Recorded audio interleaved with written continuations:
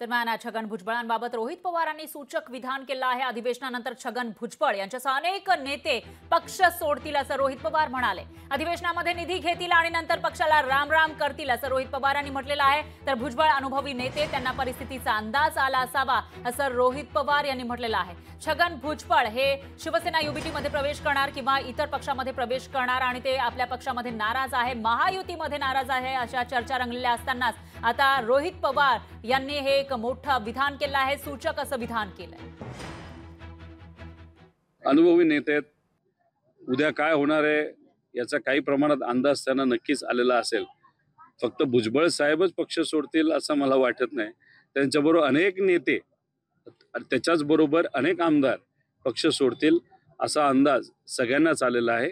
फक्त अधिवेशन होऊन देतील, अधिवेशन मध्ये निधी घेतील आणि नंतर राम राम करतील असं मला वाटतं। लोकशाही मराठी ऐका, पहा, जागरूक रहा।